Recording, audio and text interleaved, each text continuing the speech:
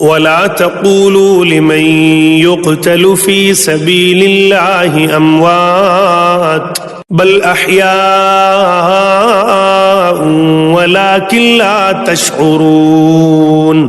اور اللہ تعالیٰ کی راہ کے شہیدوں کو مردہ مت کہو، وہ زندہ ہیں لیکن تم نہیں سمجھتے۔ وَلَنَبْلُوَنَّكُمْ بِشَيْءٍ مِّنَ الْخَوْفِ وَالْجُوعِ وَنَقْصٍ مِّنَ الْأَمْوَالِ وَالْأَنفُسِ وَالثَّمَرَاتِ وَبَشِّرِ الصَّابِرِينَ۔ اور ہم کسی نہ کسی طرح تمہاری آزمائش ضرور کریں گے، دشمن کے ڈر سے، بھوک پیاس سے، مال و جان اور پھلوں کی کمی سے، اور ان صبر کرنے والوں کو خوشخبری دے دیجیے۔